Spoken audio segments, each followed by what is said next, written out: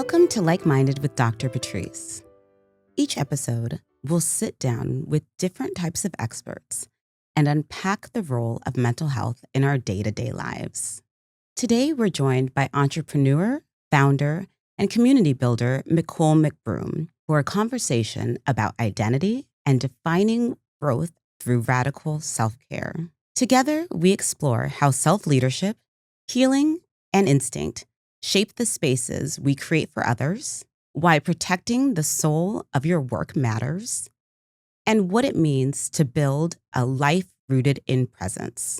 Michole McBroom is an entrepreneur with more than 2 decades of experience in building mission-driven companies that center on community and well-being. As the founder of Ladies First Fitness and Spa and franchisee of the Camp Transformation Center, she creates environments where empowerment and belonging are part of the results, not an afterthought.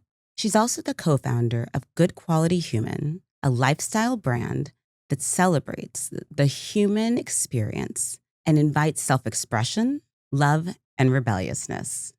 Beyond her ventures, Michole is a devoted mother and nana. Her work reflects a steady commitment to nurturing people and fostering communities where everyone feels seen, supported, and inspired to lead themselves with care. Welcome, Michole. Thank you so much for being here. Thank you for having me.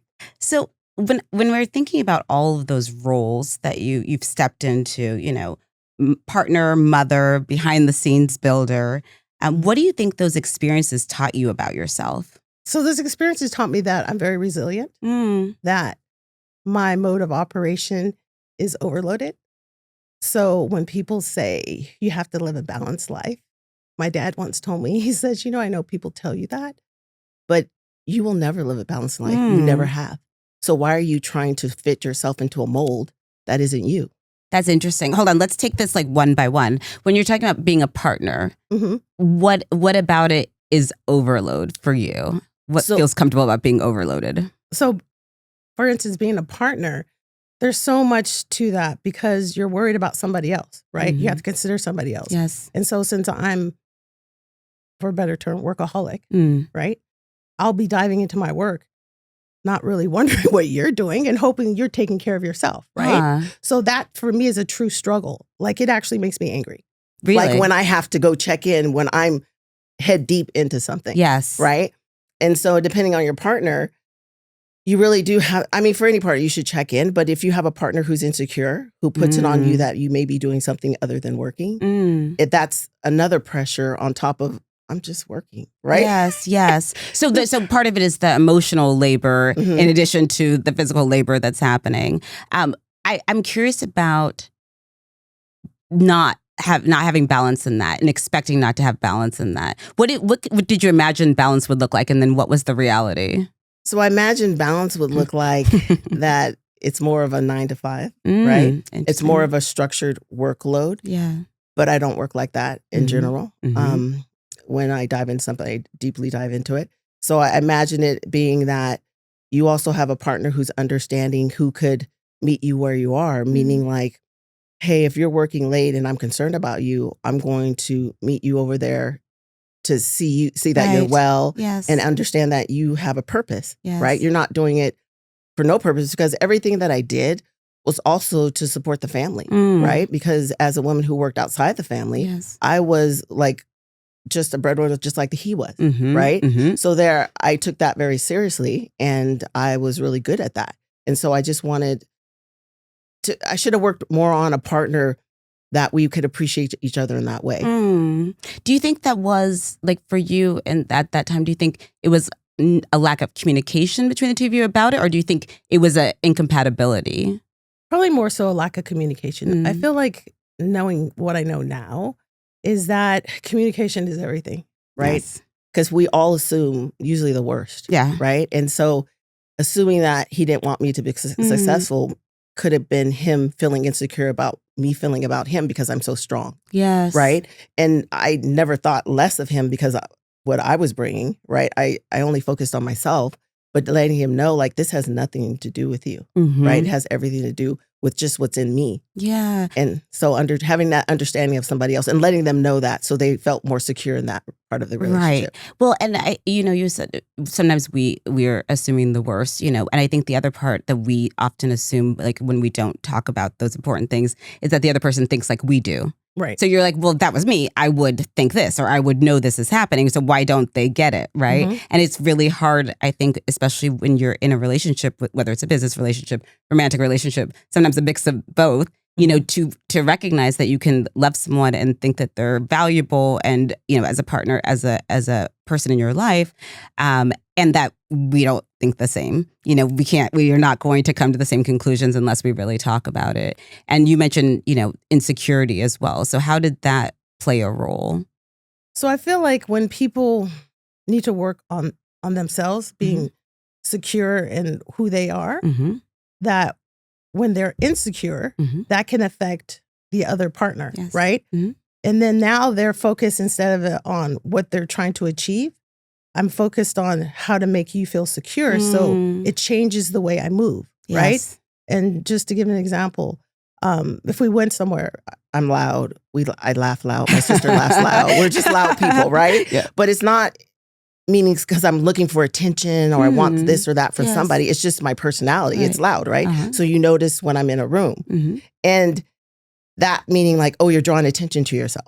And so maybe in turn, me drawing attention to myself means that I'll put my attention on somebody else and then not be focused to the relationship that I have. Yeah, I see. And that was never my thought process, right? No, like I love who I love, being very committed to that person. But maybe it's just like when people are insecure, like instead of trying to laugh loud, I'd be more conscious who I spoke to, if it was a man or a woman, or it just changed. And even my friend had mentioned to me, you act different when we're around certain people or whatever. And I was like, well, yeah, because so-and-so.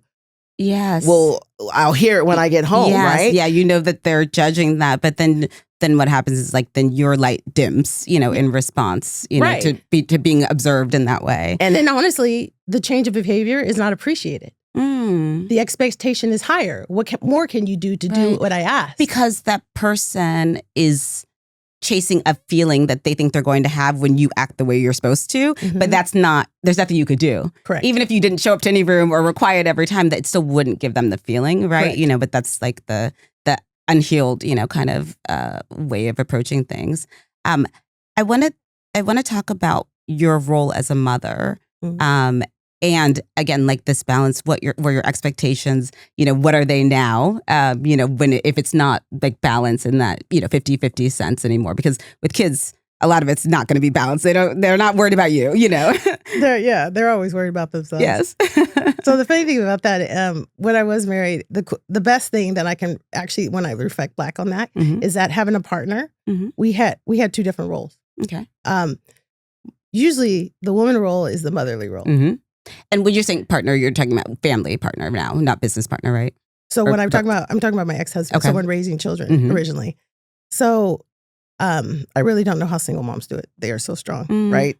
Playing both roles. I really don't. But I was fortunate in that in my marriage, usually the woman plays the motherly role, right? The more nurturing. He was that role. And I was more of I would say the masculine role, like I went back to work after 6 weeks. I made sure everything was done in the house. Like things were taken care of, the schedules and all that.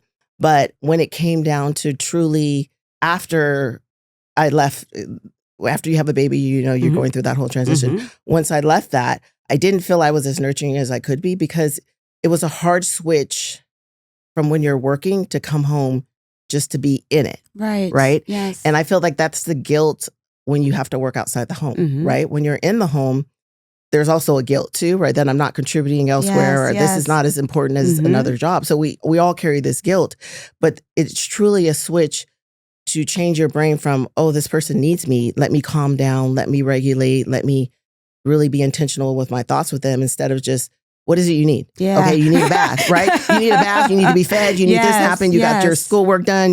This is bought, this, that. I felt like I was more structured in that way, which I do have regrets about, which I talk to my kids about now. Yeah. They're like, yeah, Mom, you were just always bam, bam, bam, bam, bam. Interesting. But as you say, it's hard to turn that off. And you're also touching on, that other part of it, like with moms, often when you're working, like then that second shift. Like if you are working all day running businesses, you're co-founder, like founder of several businesses, then you also are in that world and keeping the schedules and stuff. So when you come home, it's not like then you're like laying on the couch chilling. Like there's still stuff to do, right? There's still a household to keep together. So I wonder, as you have, I know your kids are older now and everything, and as you've been through different businesses, like how has that shifted? You said you talked to your kids about it, but like what would be your ideal now? So what I didn't give myself credit for is, even in the midst of all that and knowing that, is that I see people who could be an extension of me. Like we were very thankful that family helped us with our children. When they didn't go to regular daycare, my ex's husband's aunt watched them. Nice. And her superpower was any moment you said, I need you, she's like, oh. Right? Oh, that's amazing. But, you know what I mean? And I used to admire her, like, oh my God. Like I could see it where I'm like, he's nagging. And she's like, what do you need, baby? And I'm like, how can I do that? Yeah. And I know the shortcomings I had. I just didn't know how to fix it. Or actually, I didn't take the time to fix it. Like, because we all have the power to fix something that we truly want. But it was magical just to see her do that. And I was so thankful that my kids had a safe place to go, that I could still do what I needed to do. Yes. So I think that sometimes people don't reflect on having a great tribe and friends, family to help you is priceless. Yes. So versus trying to be it all for everyone, because I don't think maybe that was kind of your father's point. Like that's not a possible thing to do, because you're also left with nothing to pour back into yourself. Right. If you're always taking care of everyone and everything else. Yeah. And so I think about that now, and I always tell her I'm so thankful. And she kept saying, I just didn't know how you did it. And I was so proud of you for working. And then she always felt, and that's where I learned, when you listen to other women, it's like she would say, I just felt like I was never smart enough to do what you did. And I'm like, girl, your superpower is like amazing. Yes. Like, you don't know how much you helped me. Right. And how important it is to actually say that to people. Not just you're thinking she's amazing. She's thinking that you are amazing, but not having that conversation. I wonder if that conversation had happened earlier, if that would have like relieved some of the guilt that you had, because you are doing what you are supposed to be doing. You are adding value, but also this is where you have, this ability to build businesses, which not everyone has the ability to do, just like she has that ability to nurture and be very giving of herself, But I think, I'm so glad you said that, because I think it's really important to have those conversations when you're thinking it, to share that, to be vulnerably like, I don't know how you do it. That's amazing. Someone needs to hear that. And you're right. And I feel the older I've gotten, I've been able to do that. And I stop myself and say, I need to text this person. I need to just say this to this person. And it's in the text backs is always like, oh my God, thank you so much. Right. And it's like, because you can have that moment of thinking of somebody or being grateful for something, and then life happens and it's just thrown at you. And you forget. Yes. And then it's like, oh, I missed that moment. And then it just doesn't ever happen. So I've learned now, that being older, to stop and say those things. And for my kids, I've learned to have these conversations and not have my feelings hurt, just to listen. Right. That is so hard when you're a parent. You're like, but I was doing the best I can. It's like, no. I know. Your kids put you in check when you're like, I don't remember it like that. But okay, I'm sorry. Yes. And then my kids are like, I'm fine, no, Mom. I'm fine. Yeah. but even that, you're right. I mean, we're joking about it, but it is hard as a parent, because in most moments, most people are doing the best that they can. Yes. And to be able to give your kids space to be like, yeah, that didn't feel good, and be okay with that, like being able to hear them without being defensive, is something that it takes a while to master. That is not so easy to do. Yeah, and let it flow through instead of giving an explanation. Yes. Right? And say, giving an excuse. Yes. Right? Absolutely. Like, I've heard to learn to just sit in it and be like, I know. Yeah. Deep breathing. Listening. Okay, Yes. I got it. But and also, like for you, but also for them to be heard, and to validate their feelings. It's like that, modeling that for them will change how they communicate moving forward. Like they'll be able to do that, to sit and hear someone's experience without feeling defensive. So it's powerful. And it's beautiful also to see them doing things differently than you did. Give me an example. And so when I see my boys, I have two boys. and how they parent and how they love. I'm like, oh my gosh, I'm just so proud because it's like you took the good in both of his parents, right? Like they're very nurturing. Yeah. And then on the other hand, they're stern in certain ways. And I'm just like, you did that. Like, you really did that. Right. But they had girls, and I believe God gives you what you need. They both had girls first. That's and so funny. I was just like, okay, that slowed you down. That made you realize, like, you have to have a softness. Right. Right? Yes. And so they have that softness, and that's how they parent. Yes. And it's beautiful to see. Like, I'm just so proud. I bet. Because then it's like you actually do get to see, the result of everything. And even like the conversations you're having now, but also I'm sure the conversations and the relationship you had with them when they were young. You're still like, you're planting a seed for this is like a beautiful way to parent, which is ideally that mix of firm structure rules, but also allowing for that softness, allowing for openness for kids who feel like they can tell you anything that they're going through. That's amazing to see. How beautiful. Yeah, I'm thankful. Yes. We were talking about when you see someone and you have this idea of them. So, the way you were admiring like your husband's aunt, the way that she was admiring you. And you've said before that you've noticed women who look confident on the outside, but have been struggling internally. And I don't know if that's like specific to like through the gyms or just through other businesses, but tell me about that. Well, I think it was more apparent where I stopped and really took notice when I was at my all women's gym because I would see so many women coming in, and it's like, I just love talking to them. Yeah. And tell me about founding the gym and everything. So the funny thing about it is, like, I was never a gym person. Okay. Other people should work out, though. They should definitely work out. It wasn't even that. It wasn't even that. It's like, I just don't have time to put that in my slot, right? So it was more so that my ex-husband he ran this company that had a building that was vacant. And he's like, why don't we put a gym here? And the funny thing is, right across the parking lot was 24-hour fitness. Okay. So you're like, And I was like, he's trying to make me go to the gym. I said, well, I will do the business plan and I will hire the best people for this gym. And then if he was trying to do that, though, that's like a very long con. That's pretty. But that's, how some people might work, right? Without communication. Right. So then we did that, and it didn't turn exactly like the business plan. So I was in there more. I was doing more with the women. So I got to talk to a lot of different women, from young teens to older women. Why'd you decide women only? Because it's something that was needed in the area. A lot of women are very uncomfortable with working out co-ed. And so they want a space of their own where they just do their thing and actually really work out instead of being an image for somebody else, which stops them from sweating like they want to sweat, looking like they want to look. And so it was, and then also to making sure in that gym we had a childcare. Because I'm sorry, even if you have a partner, usually you are the one saying, hey, I got to go here. Yes. Are you going to be able to watch the kids? Right. Which some people will be like, I ask my kids too. But you don't ask me when you go somewhere. Who's watching the kids, right? So that was important to have that service there for the women. So there was no excuse for them not to come. And no guilt. And no guilt. And no guilt. Because literally with motherhood, there is guilt, right? So much guilt. And even with partnership, there's guilt. So it was trying to eliminate these things that women can feel like, this is my place. I can come, and then everything's still taken care of. And so that's what it came from. It was like, what? I didn't want another co-ed gym. It's like, it was to fix a need in the community. And so in doing that, started this all women's gym, and then being able to talk to the women and truly talk to someone. So sometimes, like, you may see someone that you think is pretty, right? You may never talk to them, but you make these assumptions. Yes. Right? Yes, you told assumptions. Of course, we all do. Yeah, she don't got a job. That's why she did like that. That's why she has all this time. What is that? She gets to work out all the time. That's why she got big booty.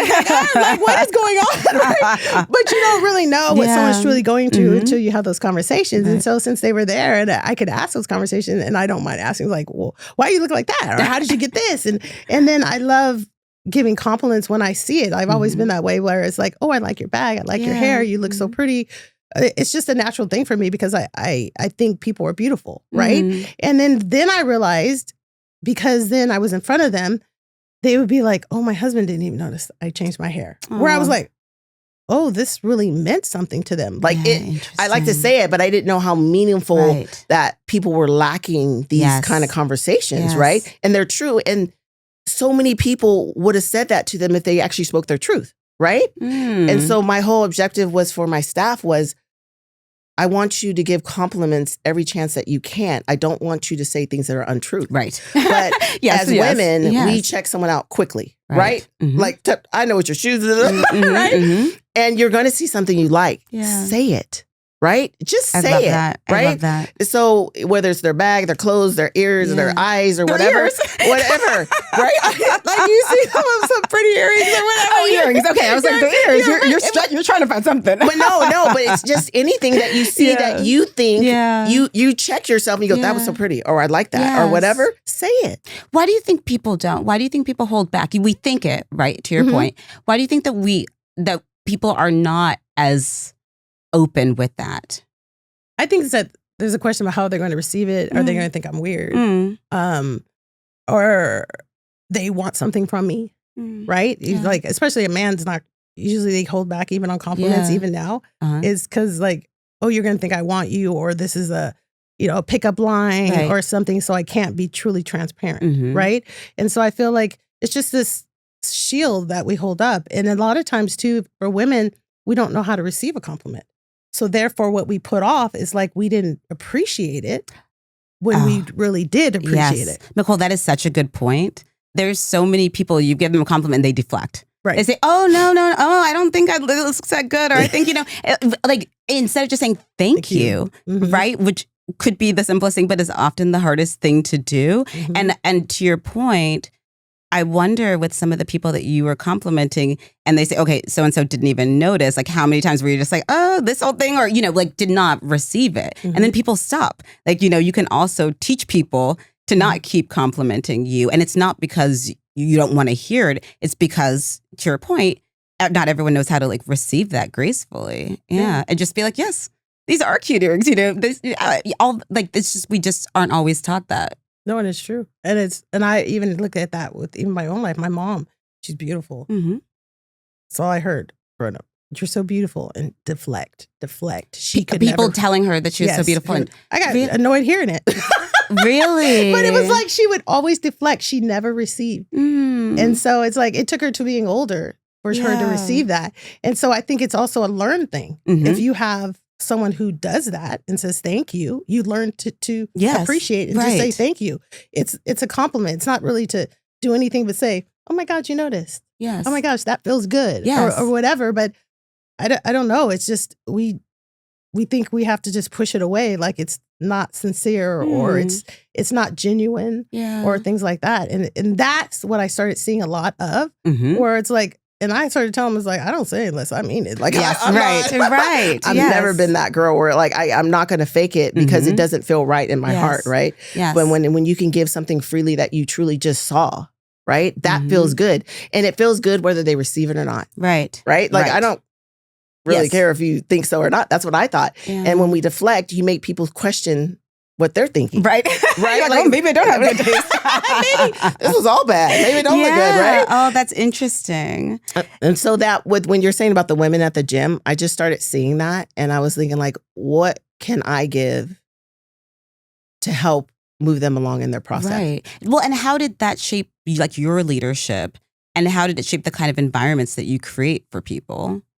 And I feel like it changed how I led in that I want to be a source of positivity.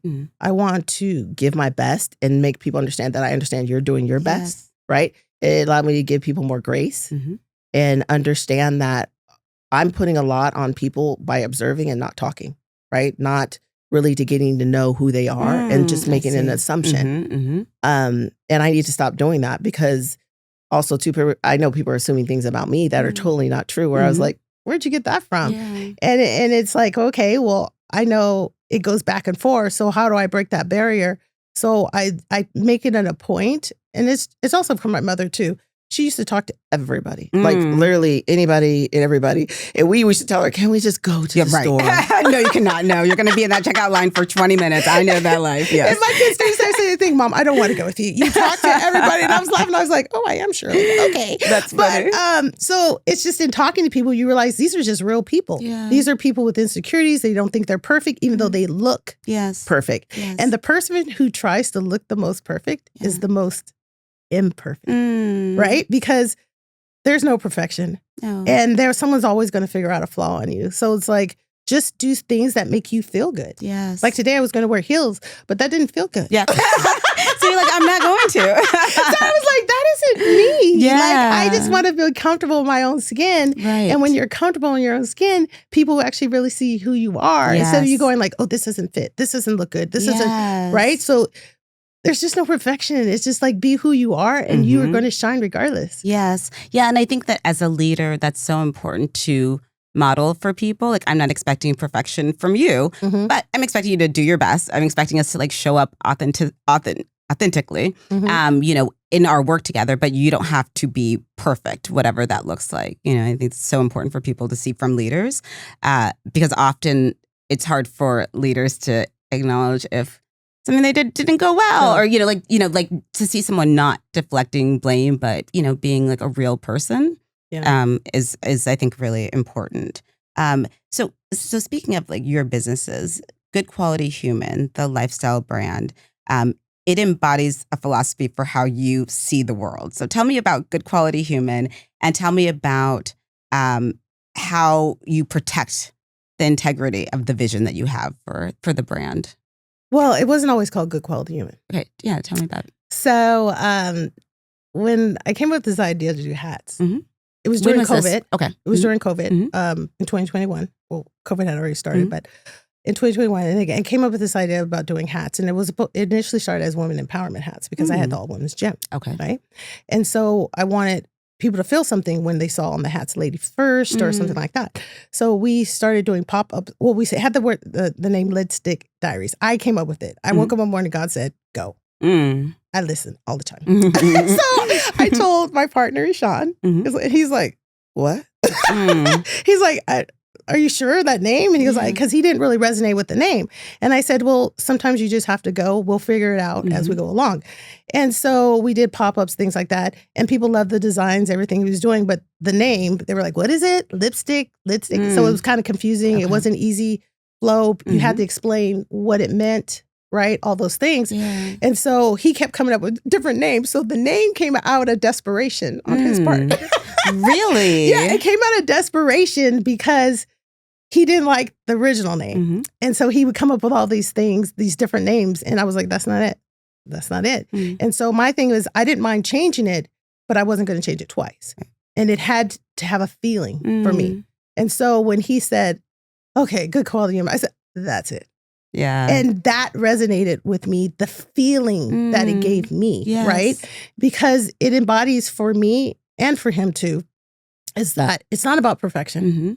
It's like doing your best, being a good quality person and wanting the best for other people while you're growing. Right. Right? And so in that, you're giving people grace because we're all growing and going through changes. And what I thought about a year ago or thought was right a year ago, I may not think that today, but give me grace for that because we are all trying to do our best. Right. And the goal is not perfection. No, right? it isn't perfection. But if you're also leading with love, right, people will feel that. Yes. And they will still give you grace, right? Yes. That because they're like, okay, you made mistakes, I make mistakes, and just recognizing that. And so for everybody, being called Good Quality Human, it means so much. Like we do our best to make the best garments, good designs, all that. But we both know it's not about the apparel.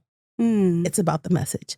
And it's about allowing you to have conversations with people that you probably never would have talked to, who would say, oh, we need more good quality humans, right? I like your hat. I like your shirt. And then all of a sudden you're talking to this 83-year-old woman who you never would have thought you would speak to. And you're having a great conversation and you feel good when you're having this conversation and you're shining. They're loving on you, you're loving on them. And then you go, oh my God, this is the best hat I ever had.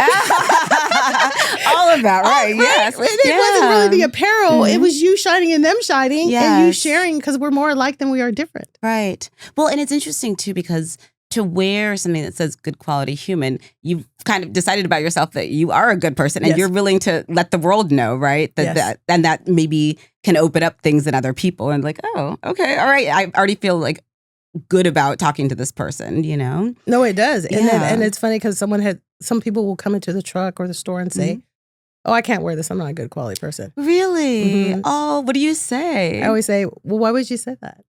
And they're like, you don't know the things I've done. I said, you don't know the things I've done. I'm still wearing that.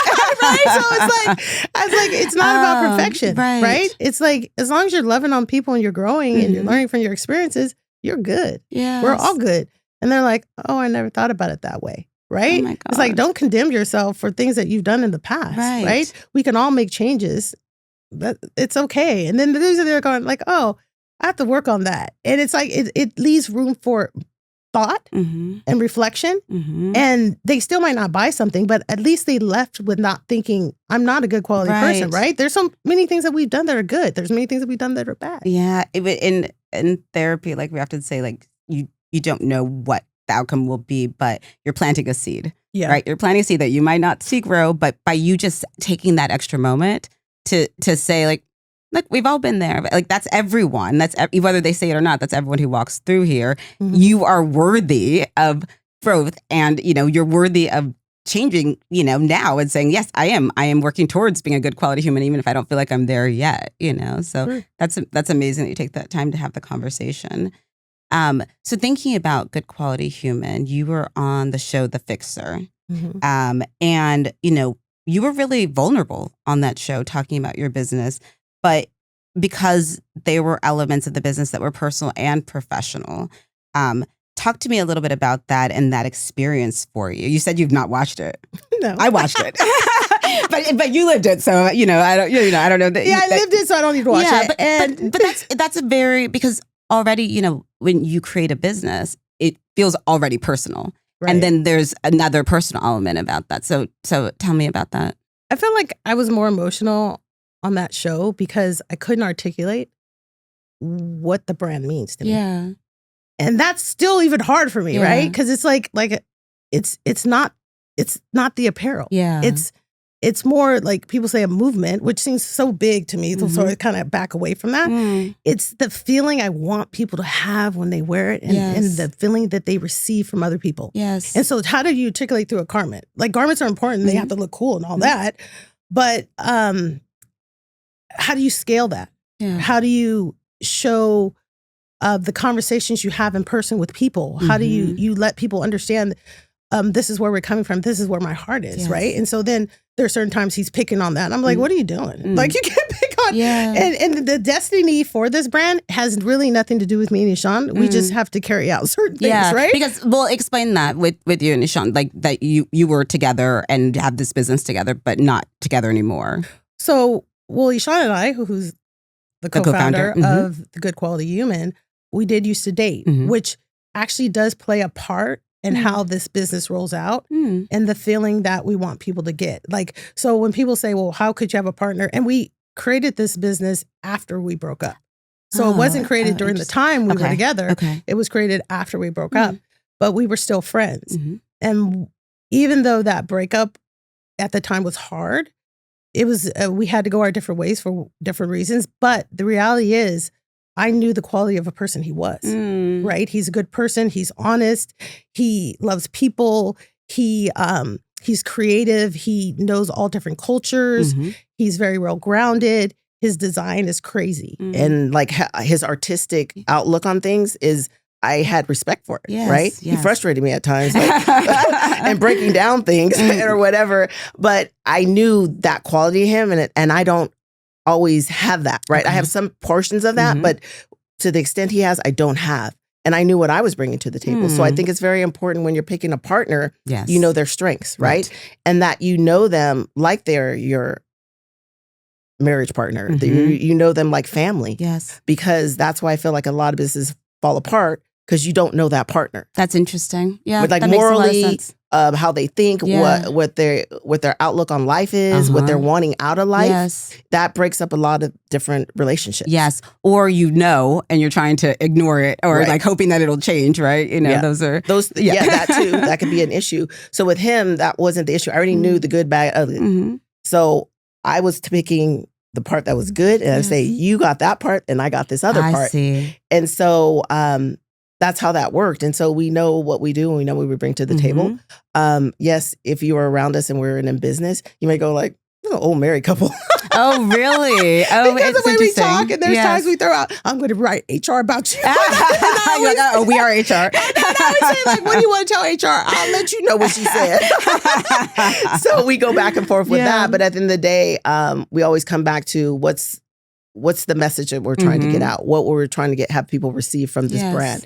And that's what we're collectively in unison on. Yes, that makes sense.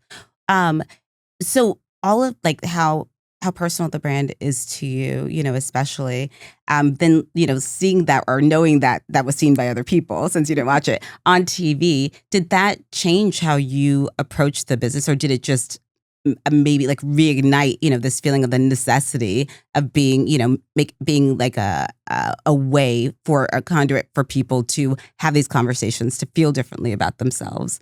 So through the TV show, we learned a lot, actually. We learned that quality we will never skimp on to make a profit. Right.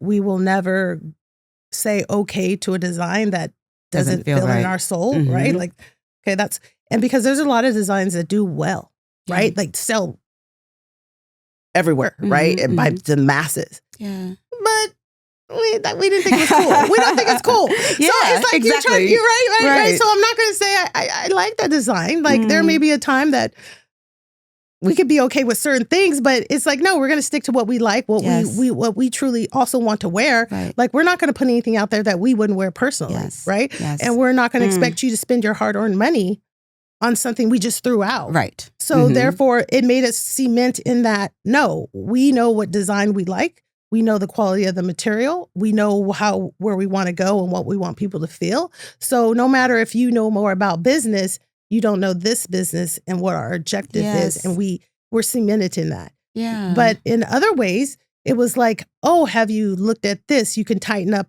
on this, right? You could, even in, the design thing was a big thing about using other people's designs and switching it around. That was like mentioned on the show.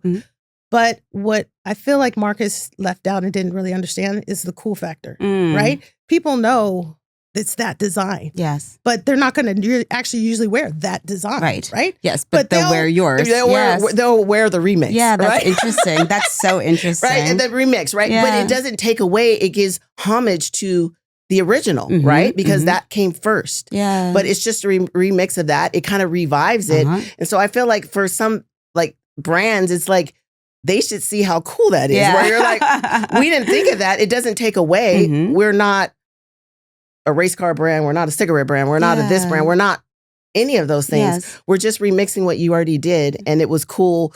It was kind of cool, but now we made it really cool, right? For everybody to wear. Yeah. And do you feel like then, all of this and like these experiences and everything helps you find like your version of balance? You were saying that your partner now, it's very complementary, right? Which doesn't mean 50-50, but it means he has skills, you have other skills, and do you feel like your version of balance is kind of coming through now?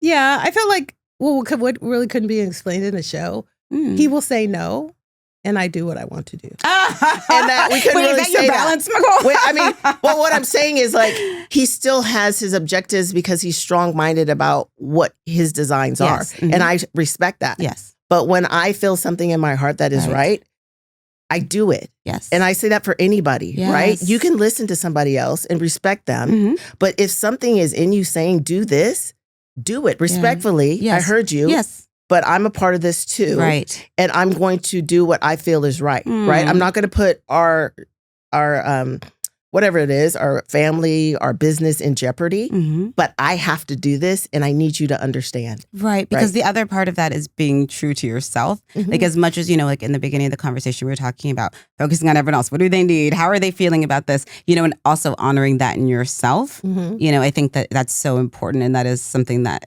often has to be learned over time when you don't do it enough and you're overwhelmed or exhausted or feeling resentful. And then you're like, okay, there's got to be a better way. And that's the thing that people don't, I barely think about, I think, is that it makes you resentful and that comes out in different ways, right? And that can be destructive to your partnership. And so I really couldn't express that on the show that, no, when I want to do something, I actually do it. Yes. Because also, too, some people could interpret that as, oh, she's a pushy Black woman. Right? She's overbearing. Yes. She's this. Did you find yourself holding back, or is that just now in reflection that you're recognizing that you did that? Did you know it in the moment? Well, no, I didn't think about it in the moment. But thinking back is like when he would say, well, why didn't you say this? Why don't you act like you really act? Oh, that's funny. That's what the host would say. No, that's what Sean would say. Like, your partner would say that. He's like, that's interesting. You don't do that. You don't, you speak up. And I was like, yeah, but they might not understand that. And he listens. Like when I'm pushing, he's like, okay, let me back up. Yes. Right? Because she's very strong-minded about that. So it must be something she really wants. Yeah. And so he's like, you do you. Yeah. And then when he's wrong, because what I did worked, he's like, okay, I give you props for that. Right. There's acknowledgement. Yes. And he's seen it enough times where I've had more successes when I push something than failures. And it wasn't because I truly knew. It's just a feeling, right? And he acknowledges. He's like, hey, you were right about that. I'm glad you pushed on that because I wasn't going to do it. And so those are things you can't show on the show. No, you can't. Well, also, it's kind of a situation where it's a double-edged sword because if you had shown those moments, it could be edited like as you feared, right? Okay, she's just like this pushy Black woman. That's all she is, right? Could have really limited. But because you didn't, then they didn't get to see the nuance of you, because there is that other part of it. So, I mean, I understand, all the reasons why you wouldn't. It's just, again, you didn't get to bring your whole self to that because you knew that there could be, some ways of viewing that, which is unfortunate. And I do always speak, I will do a design. And to be truthful, I'll do a design and he'll push it off like, and then overnight, he'll send me it back. And it'll be literally 100 times better. I said, that's all I need you to do. I'm going to go run this. That's so funny. Michole, I feel like so much of, the work that you do, the businesses that you run, it's really rooted in care. Whether that's for, your children, the women in your spaces, the community, the people who are wearing good quality human. As you've kind of slowed down and you've learned to listen to yourself, how has that reshaped what success looks like for you? Like we've talked about balance. What does success look like now? Success looks like I'm never going to retire. Oh, tell me. Tell me more.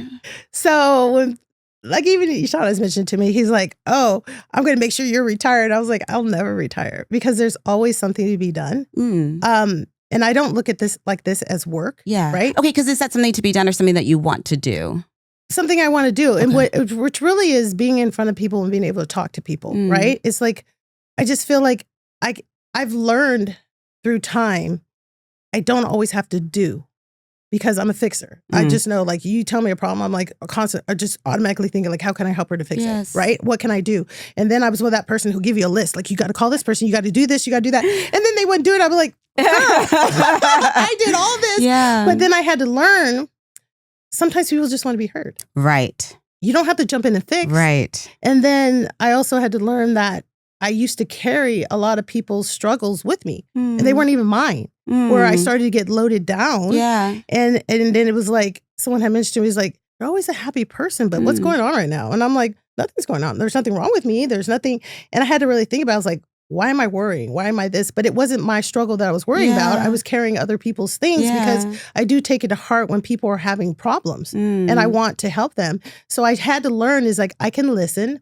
I can send out blessings. Yes. And then I can just let it go, right? And just wish them the best because the bottom line is, and especially I learned this with my children, I made sure everything was right. A problem, I took care of it. Anything at school, I'm on it. Like they know, like if they have a problem, mom. They're like, Dad, go away. Mom. Mom's got it. And then I had to sit back and go, no, we talked about this before you got yourself into this. Yes. I have faith you're going to get out of this. Because what I was doing was delaying their lessons. Yes. I was talking to someone about this yesterday. I feel like it's so important, like, especially with your children, right? That you have to figure out when to step in and when to let them have an obstacle. Have an obstacle that they will figure out how to get out of, or they don't. But anyway, they're learning a lesson. And it really does give them then that strength later on because they have been there before. If you cleared everything up for them, they don't know if they're capable of doing it themselves, right? And so it is hard as parents to let go and like let these children have some problems, but I think it's so valuable for them and the way that they're going to look at themselves when they are able to deal with something that comes up for them. I think it's not easy, especially if you're like, I know what to do. But what also it's reminding me of, Michole, like in couples therapies sometimes, especially, like we'll ask if someone brings up something like what do you need in this moment? Do you need me to listen? Do you want me to help you problem solve? Do you just want a hug? Like what is it that you need? But asking that person, because moment to moment, I don't need you to tell me what to do. I probably know what I need to do. I just want to talk about it, and I just want you to listen to me. But sometimes I might be like, hey, I'm thinking this or that. Do you have any other ideas? Right. And we just taking that extra time to ask people what they need in that moment. And it also requires that other person to think about what they need, and not just like, oh, you didn't give me what I needed. Well, you don't know what you need, Exactly. And so I think it's just it's a really good practice, but it made me think of that, when you are a fixer and you can see what people should do, but not doing that for them, right? Because then they don't learn, or maybe they really did need something else in that moment. And also, too, I don't have all the answers. No, right? None I of have us experiences. None of us do. Right? But I don't have the answers for what that person exactly needing. And so I had to learn that and go like, well, you can't fix everybody's problem, but you can listen. And I literally, it changed everything when I accepted that. Yes. And also, too, and just seeing people that I felt like, even the homeless people, this, that, I can send prayers for you, right? I can look at you and just be like, oh, just please make this okay. Make this be the truth. Like I do that a lot on social media where I see these girls posting these perfect relationships. Everything's perfect. Their family's perfect. Their kids are perfect. Their hair's perfect. All this and that. And I'm like, girl, please let that be the truth. Let that really be your reality behind the scenes. I hope so. I hope that for you instead of being a hater, right? Instead of being like, how you got that and I don't have that. Yeah, exactly. And I started saying like, I just hope that for them because if that's true, then that's possible for everybody to have, right? And that was so freeing. I love that. That's such a beautiful way of looking at it rather than thinking, oh, hey, they're not showing the whole thing and focusing on the negativity because it doesn't matter. It doesn't help you. It's not going to make your life better if their life's terrible. Yeah, right? And so I love that different approach because I think that we do see into a lot of people's lives, at least on a surface level, and then we make assumptions about the rest of it. And I love that the assumption or like the thing that you're putting out in the universe is like, I hope that's exactly the way it is. I hope that's the way you feel loved and appreciated and all those things that I think that's probably a good lesson for all of us to take. Yeah. It's one of those, but it's freeing in that way where you're going like, that feels good. Yeah. Because even if no one knows you're hating on something, it doesn't, if you really check it with yourself, it sits with you. It doesn't fit. It doesn't feel good. Right. It doesn't inspire you. It doesn't make you move differently. It just makes you feel less than. Yes. Right. You suffer from those thoughts that you're putting out there. Yes. And even if you verbalize them to somebody else, it's really what you verbalize internally. That's what matters. That's what shapes how we move through the world for sure. Okay, this has been really wonderful talking to you. People want to find out more what's going on with you and your businesses. Where could they find you on social? Well, social, we're at Good Quality Human. And in real life. In real life. Yeah, in real life. We're at the Westville Century City Mall. Wonderful. We do a pop-up truck on Abbot-Kinney. Amazing. On the weekends. We do pop-ups like at a lot of places. We just did the LA Marathon, which was amazing. We're doing the Venice Fest more recently this coming up weekend. But you'll see good quality humans in the world. Yes. And I just hope you stop and say, hey, good quality human. Yes, I love that. Thank you so much for being here. Thank you. For more on what I'm doing, you can follow me on TikTok or Instagram at Dr. Patrice Lagoy. And if you enjoyed today's episode, please like and subscribe. And also would love to hear feedback or ideas for future shows. Thank you for listening.